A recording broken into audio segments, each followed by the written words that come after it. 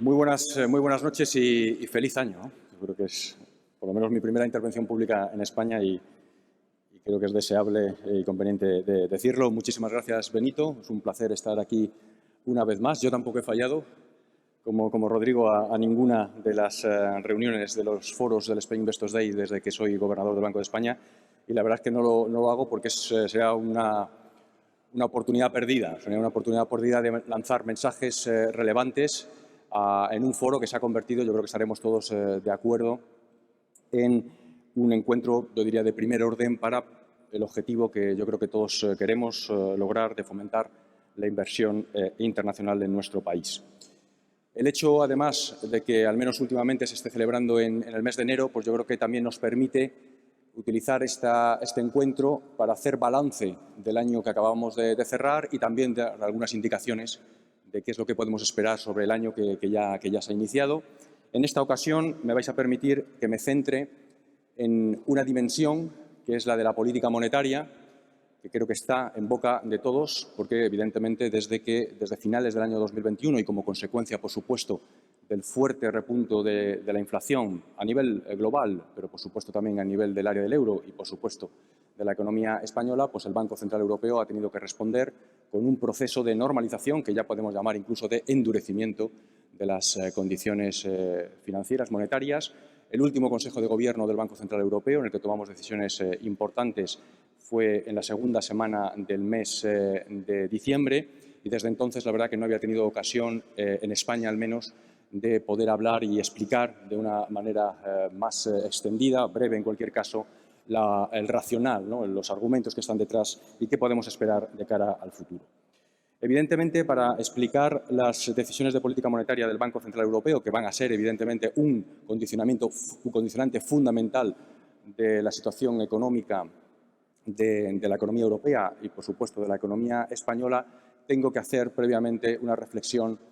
también breve sobre cómo vemos desde el Banco Central Europeo la economía europea, que también va a ser, de nuevo, un condicionante muy importante para la economía española. Hay que empezar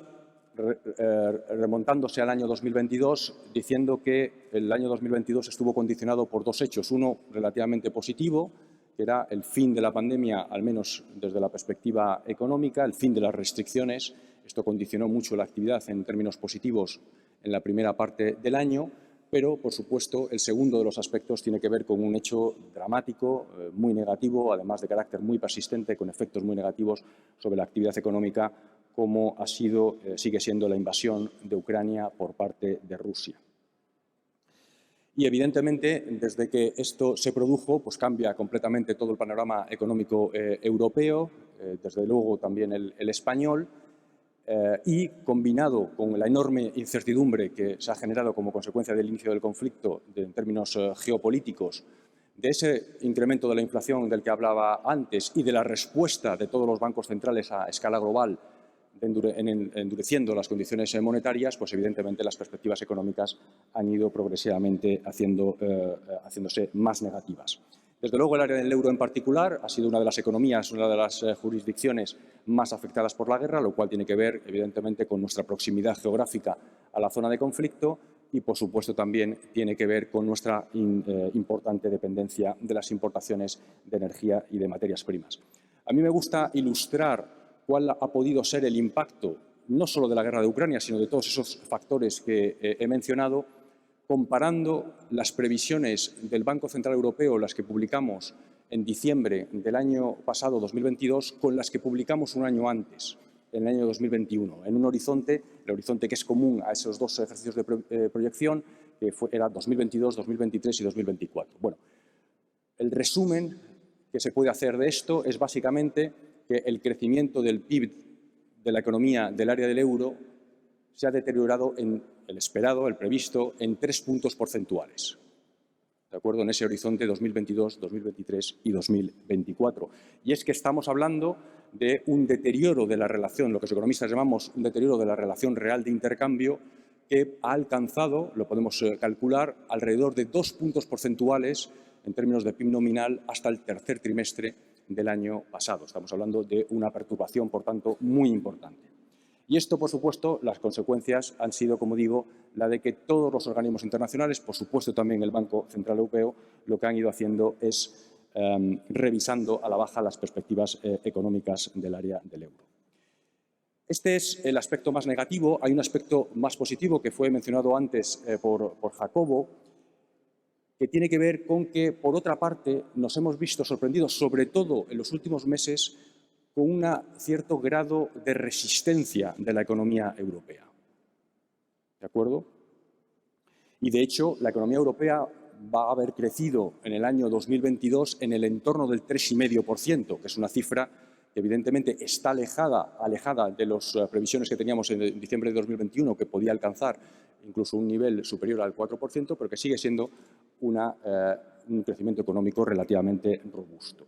Y además, y este es un elemento muy importante desde el punto de vista de las perspectivas económicas y desde el punto de vista del bienestar de los ciudadanos, una parte muy importante de esta resiliencia de la economía del área del euro se ha concentrado en el mercado de trabajo. No hay que olvidar que, a pesar de todas estas perturbaciones, la de la pandemia que sufrimos en el año 20 y 21, la de la crisis de la guerra de Ucrania que estamos todavía sufriendo, la tasa de paro en el área del euro está en mínimos históricos. Dato de noviembre, 6,5% tasa de paro en el área del euro. Y, de hecho, dejadme que utilice ese símil que he hecho, esa comparación que he hecho antes sobre previsiones económicas diciembre de 2022 con las previsiones de diciembre de 2021 del Banco Central Europeo, deterioro de las previsiones acumuladas del año 2022, 23 y 24 de 3 puntos porcentuales. Si uno se concentra no en las previsiones de crecimiento económico, sino en las de empleo, las revisiones han sido prácticamente nulas. ¿De acuerdo? Con lo cual, también hay un elemento positivo que hay que mencionar y, por supuesto, hay que también subrayar que una parte importante de la mejora o de esa resiliencia, de esa resistencia de la economía europea en los últimos meses tiene que ver con un cambio también en los mercados energéticos. Hemos visto cómo ha habido una corrección importante, sobre todo de los precios del gas, que tiene que ver, sí, con una menor demanda, pero que también tiene que ver con una acumulación, una capacidad de acumulación de aprovisionamiento de gas por parte de los países europeos mayor del esperado, incluso mayor del objetivo que se marcó la Comisión Europea antes del verano. Tiene que ver también con unas temperaturas muy suaves que estamos viviendo en el otoño y en lo que llevamos de invierno. Y, cómo no, hay que subrayar también el papel que han tenido las medidas adoptadas por los distintos países para precisamente moderar el crecimiento de los precios. Bien, esto en cuanto al 2022. ¿Qué podemos esperar del año que ya ha comenzado, el año 2023? Bueno, en el muy corto plazo, las últimas proyecciones del Banco Central Europeo, del Eurosistema, anticipan un empeoramiento de la actividad tanto en el Q4, en el último trimestre del año pasado, como en el primer trimestre del año 2023, tras la desaceleración que ya vimos en el tercer trimestre del año pasado hasta el 0,3%. Pero, esto es importante, si se produjera una recesión en el área del euro, y lo digo en condicional, nuestra visión ahora es que sería relativamente corta y poco profunda. Esto es lo que nos dicen las previsiones publicadas en diciembre y los datos que hemos ido observando, que se han ido publicando tras la publicación de las previsiones macroeconómicas, básicamente nos confirman esta narrativa que teníamos entonces. Además, esperamos que en la segunda parte del año, bajo el supuesto de un reequilibrio del mercado de la energía, de una disminución de la incertidumbre y de una mejora de la renta real de las familias, porque esperamos una desaceleración progresiva de la inflación, pues esperamos también una mejora de la actividad económica. Y, bien, si bien es cierto que para este año en promedio esperamos un crecimiento bajo en el entorno del 0,5%, es un crecimiento muy reducido, sin embargo, esperamos con esa recuperación de las tasas de crecimiento a partir de la segunda mitad del año, esperamos que en el 2024 y en el año 2025 la tasa de crecimiento del PIB de la economía del área del euro se sitúe en el entorno del 2%, que es una cifra que está claramente por encima del crecimiento potencial de la economía del área y que, por tanto, permitiría ir reduciendo progresivamente la que todavía es hoy una brecha de crecimiento negativa. Bien, eso en cuanto al terreno, en el terreno del crecimiento económico. En el terreno de la inflación, por supuesto, absolutamente crucial desde la perspectiva de la política monetaria. Sabemos que el fuerte repunte de la inflación que hemos observado en el año 2022 tiene que ver o ha sido muy condicionado por el incremento de los precios de la energía y por los precios de los alimentos, que además se han acumulado, se han añadido al efecto de otros factores de oferta muy relacionados en particular con las disrupciones de las cadenas de suministro, lo que hemos dado a denominar cuellos de botella. No hay que negar, sin embargo, también la existencia de algunos factores de demanda, asociados sobre todo con la reapertura de la economía tras la pandemia, que también han jugado, insisto, un papel importante y, por supuesto, tenemos que mencionar la depreciación del euro. Y, de hecho, si algo hemos observado, y la evidencia empírica que tenemos, por ejemplo, en Banco de España, también en Banco Central Europeo, es que la traslación de esos shocks de oferta de los precios energéticos y de los alimentos y también de la depreciación del área del euro en ese contexto macroeconómico ha sido mayor y más rápida que las traslaciones que habíamos observado al resto de los bienes y servicios de la cesta de consumo que habíamos observado en periodos anteriores. En conjunto, de acuerdo con las estimaciones del Banco de España, estimamos que cerca del 75% del incremento de la inflación en el año 2022 se debió a los efectos directos e indirectos, es decir, no solamente los que afectan a los componentes energéticos y de alimentos, sino cómo indirectamente acaban afectando también al core inflation de la inflación del área del euro en el año 2022. Conocéis los últimos datos, 9,2 inflación interanual en diciembre para el conjunto del área, una reducción en relación con el doble dígito que habíamos observado en los 2 meses previos. Esto es consecuencia esencialmente de la reducción de los precios de la energía, porque de hecho la inflación subyacente se ha acelerado en 2 décimas hasta el 5,2%, lo que representa, como todos sabéis también, un máximo histórico. Bien, ¿qué podemos esperar de ahora en adelante en relación con la inflación?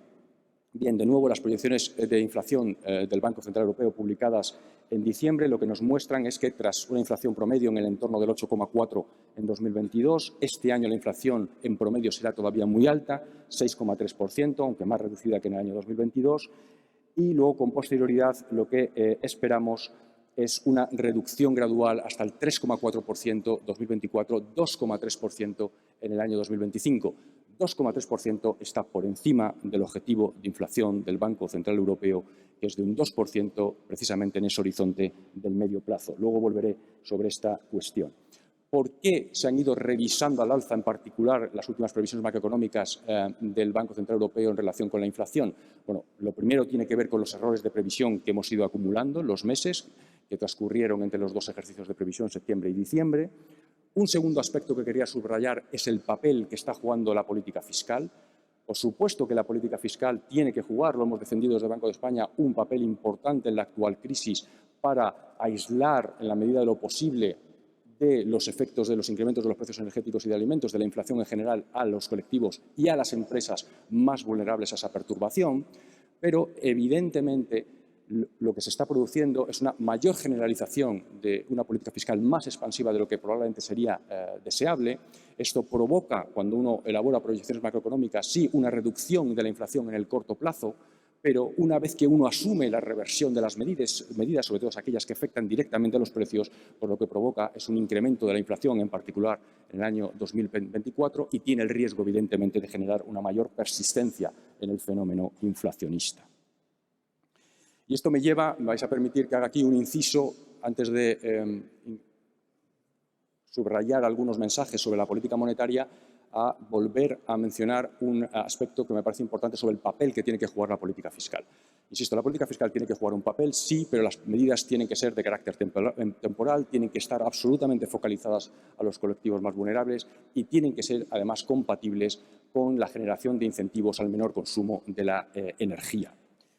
Por supuesto, tienen que estar combinadas con políticas de oferta, en particular en los mercados energéticos, que alivien ya con una perspectiva más de medio y largo plazo esas dependencias que tenemos en Europa. Y creo que eso también me parece que es muy importante, lo decía en el Congreso cuando comentaba el proyecto de presupuestos generales del Estado de España, pero creo que es aplicable, por supuesto, a todos los países, sobre todo que tienen un elevado endeudamiento, tiene que ser además compatible con el inicio del proceso de consolidación fiscal que requiere una reducción progresiva de la deuda pública que permita una situación más saneada de las finanzas públicas que la que tenemos en algunos países. Un último aspecto que querría subrayar es que las proyecciones también incorporan un dinamismo mayor de los salarios,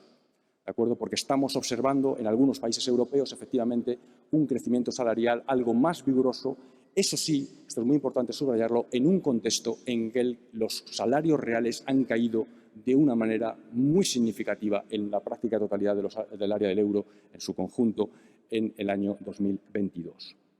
El crecimiento de los salarios, como digo, en el conjunto del área está cobrando fuerza, respaldado además por esa solidez de los mercados de trabajo que estaba mencionando con anterioridad, por supuesto por las demandas salariales de los trabajadores para compensar el aumento de la inflación, factores que además esperamos que continúen. Y de nuevo aquí me van a permitir que subraye algo que he subrayado en muchas ocasiones, como es el hecho de que creemos desde el Banco de España que sería deseable acordar un reparto equitativo entre los salarios y los márgenes empresariales de lo que es una pérdida de riqueza, de renta inevitable, que es aquella derivada de esto que he mencionado con anterioridad, que es el deterioro de la relación real de intercambio derivada del incremento de unos precios, de unos bienes que necesitamos para producir, que necesitamos para consumir, pero que no tenemos y que necesitamos importar. En cualquier caso, también me gustaría subrayar que, dicho esto, las expectativas de inflación en el medio plazo, de acuerdo con todos los indicadores de mercado, de encuestas, siguen bien ancladas, de acuerdo con nuestra perspectiva, en el 2%, y esto es algo que hay que preservar. Bien, una última cuestión antes de pasar a la política monetaria es que, evidentemente, todas estas previsiones, se decía también antes en las intervenciones previas, están sujetas a una enorme incertidumbre. Esto, por supuesto, afecta a nuestra capacidad de prever. Y si uno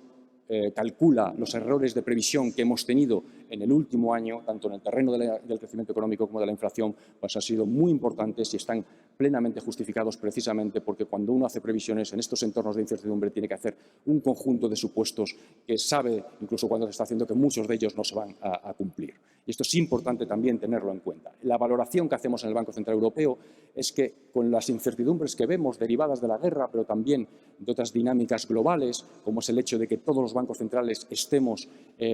casi al unísono, de una manera común, estemos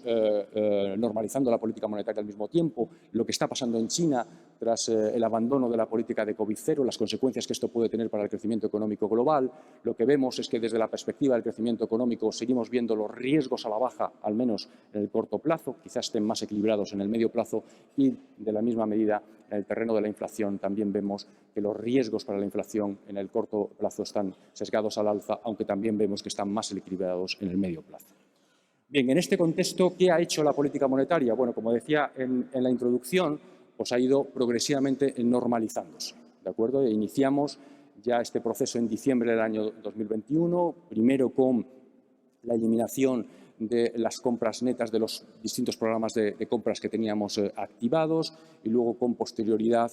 por supuesto, con los incrementos de tipos de interés, a los que también hemos añadido algunas actuaciones, por ejemplo, en los programas CLTRO, precisamente para generar un desincentivo a la utilización de las mismas por parte de las entidades que de esta manera acompañen a ese endurecimiento que pretendemos de las condiciones financieras. En diciembre, que esta es la reunión a la que me voy a referir, aprobamos, como sabéis, incrementar los tipos de interés oficiales en 50 puntos básicos. De esta manera se sitúa la facilidad de depósito, que es el tipo de interés relevante en este contexto, en el 2%. Esto lleva a una subida acumulada de 250 puntos básicos desde el inicio del proceso de normalización de la política monetaria, lo que es la velocidad de normalización más rápida que se ha efectuado por el Banco Central Europeo desde la creación del área del euro.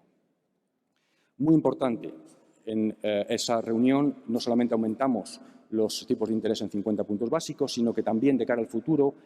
anunciamos que prevemos seguir incrementando significativamente los tipos de interés en las próximas reuniones a un ritmo sostenido hasta alcanzar niveles suficientemente restrictivos, ya no estamos hablando de pura normalización, sino de entrar en terreno restrictivo en los niveles de tipos de interés, para asegurar que la inflación vuelva a situarse en su objetivo. Bien,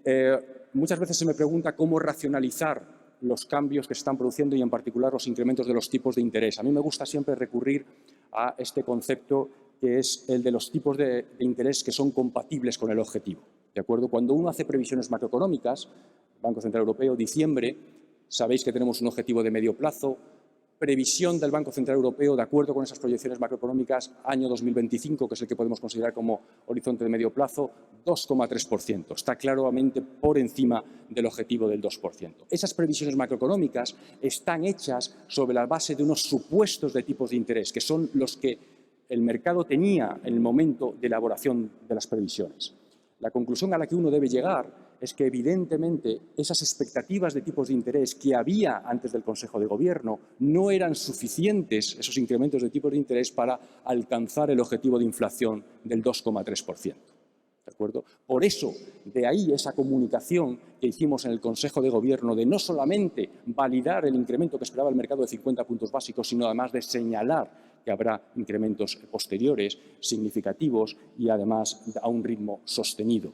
¿De acuerdo? ¿Qué ha hecho el mercado desde entonces? Bueno, pues el mercado lo que ha hecho es aumentar el tipo terminal de los tipos de interés desde entonces, en alrededor de 30 puntos básicos hasta alrededor de un tipo de mercado en el entorno del 3,4%. Es importante no confundir el 3,4% con el tipo de la facilidad de depósito. El 3,4% contiene una prima de riesgo que es positiva y, por tanto, el tipo de interés de la facilidad de depósito esperado por el mercado implícito en ese tipo de mercado es evidentemente algo inferior. Y, por supuesto, querría también mencionar la otra gran novedad de la reunión de diciembre, que tiene que ver, evidentemente, con lo que llamamos el quantitative tightening, la reducción del balance, en este caso, de los programas de compra. Como sabéis, lo que anunciamos entonces es que a principios del mes de marzo del año 2023, estaba prácticamente también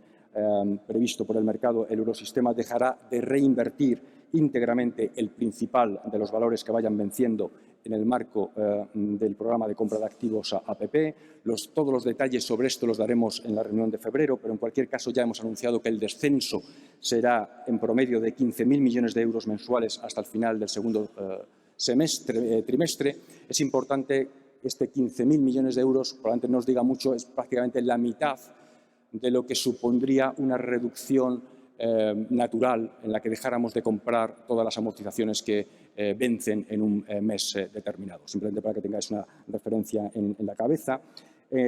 Será, como digo, un poco más adelante, en febrero, cuando anunciemos los parámetros detallados para reducir nuestras tendencias del APP, reducción que en cualquier caso, esto lo he venido defendiendo desde hace meses en relación con la reducción del balance, será mesurado y será también predecible. Lo cual creo que es muy importante para precisamente garantizar que no se produzcan distorsiones en los mercados monetarios y también en los mercados de deuda en general. Y con esto me vais a permitir que concluya. Espero que con esta descripción haya sido capaz de transmitiros el compromiso del Consejo de Gobierno del Banco Central Europeo con la estabilidad de precios, con el mandato del Banco Central Europeo. Como digo siempre, esto es importante porque cuanto más confíen los mercados, cuanto más confíen los ciudadanos en que efectivamente el Banco Central Europeo hará lo que sea necesario para lograr su objetivo de estabilidad de precios, también hará que esa labor, ese trabajo del Banco Central Europeo sea más sencillo será, por tanto, el proceso de ajuste. Y también me gustaría subrayar que, evidentemente, el resto de las políticas económicas pueden ayudar de una manera decisiva en la línea en la que he comentado en mi intervención para que ese ajuste también sea lo más sencillo posible. Muchísimas gracias.